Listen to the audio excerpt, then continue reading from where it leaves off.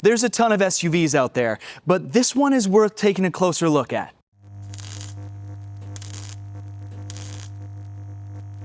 This is the newly redesigned 2026 Kia Sportage, and it hits the sweet spot for everything. It's small enough to fit any parking stall, yet large enough for family road trips. It's stylish on the outside with a tech-filled interior without being overwhelming. Oscar here with Go Auto, and let me prove it to you by jumping inside.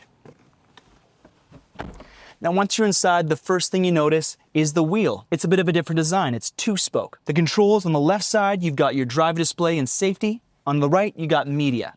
Nothing strange there. But what's being done differently are these two floating buttons. The left side is drive mode, so that's normal and sport. And on the right side is terrain. You can change that for different terrains like snow, sand, and more.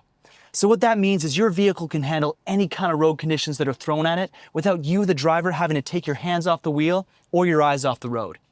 Another thing that's helping that is the heads-up display and the driver display. Both are really high quality and legible. For the driver display, you can change the information you're seeing through the steering wheel, whether you want to see trip or vehicle data. And you can also change the look of the driver display through the infotainment. So I really like the circle theme because it reminds me of the analog speedometers I had growing up. Your infotainment system is connected to your driver display, which helps give it this nice unison vibe instead of looking like two iPads sitting up there. The Sportage is running Kia's newest system, so that means you are getting the best. It's really responsive to the touch, and it has great shortcuts so you can easily switch from screen to screen. It has wireless CarPlay and Android Auto, but the best thing is the over-the-air updates that you can get. That means any bugs or issues can potentially be solved wirelessly while your car sits in your garage. Another great thing with this system is the excellent surround view camera. It's really high quality. You have projection lines to show you where your vehicle is going to go. And it also has this really cool 3D surround feature, which essentially means you can look around your vehicle without even stepping outside. Now, a really cool thing that goes along with your infotainment is your climate control buttons, but don't worry, they're not on the screen. They're down here. Kia did a really clever thing by pairing your infotainment buttons with your climate controls. So if you want to change fan speed, you do that right here, same with temperature and direction. But what if you want to control your infotainment? No problem. Just press this button here and it all switches over. It's a really smart way of minimizing the amount of buttons here in the middle. So things that are still analog buttons are your heated and cool seats right down here next to your gear selector. It's the same with your heated steering wheel. And I really appreciate how Kia went with this accented design rather than gloss black. Below the climate controls, you have your USB ports and your wireless charger. I like that it's really easy to access. I find some other vehicles you have to slither around to get your phone in there.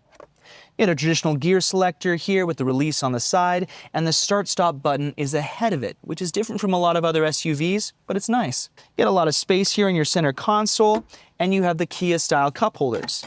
So that means you can just tuck those away and you got plenty of space for wallet, keys, anything you got in your pocket, as long as you're not having a coffee on your morning drive. You get a lot of room back here. Adults can easily fit and kids won't be arguing for shoulder room on road trips. However, if you do need to separate them, you can just drop down this armrest, which also gives you access to your cup holders. The car seat anchor points are clearly marked. They are sandwiched between the cushions, but they're really visible, so car seat installation should be easy. Another thing that's going to be really easy back here is charging your phone, and that's because the USB ports are right on the back of the seat here, which I haven't seen before. Next to them are some small hooks. Now I imagine you could probably hang a kid's backpack on there, which is great so they're not stepping in it on the way home. And you could also install maybe a little garbage bag for road trips. But my favorite thing has to be the coat hanger on the back of the headrests. You can hang your coat up without having to lay it down on the seat. And I'm going to try something out here. If I put my phone horizontal, it's not great, but vertically, I've got a lot of screen. I could easily FaceTime someone, maybe play a game, but don't come after me if it falls out and breaks. Now, before we go to the exterior, we wanted to quickly go over the trunk because it's important to make sure you can store everything you need. For a midsize SUV, you get a lot of space. With this depth and height, you can easily have hockey bags, stacked luggage, and massive grocery runs. Few things to highlight. I really like the dedicated latches so you can easily drop those back seats from the rear. There's extra storage underneath the floor that's perfect for something like reusable bags so you don't have them just flying around the trunk. And this is a nice low floor, so that's going to mean that loading and unloading heavier items is so much easier. So For opening and closing the trunk, you have your standard buttons. But what if your hands are full? Well, Kia's got you covered. With this smart liftgate feature enabled, it will automatically open the liftgate when you approach with the smart key.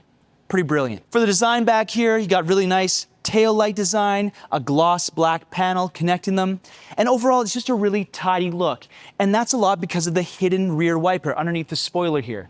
I wish more vehicles would do that because it really helps to tidy up the rear. Personally, I think the front of this vehicle has the most flair. You get this large grille, which is connected to your headlights, which have this really cool daytime running light design in amber. Underneath that, you got your fog lights, which help improve visibility in a snowstorm. Tucked in this grille is your surround view camera.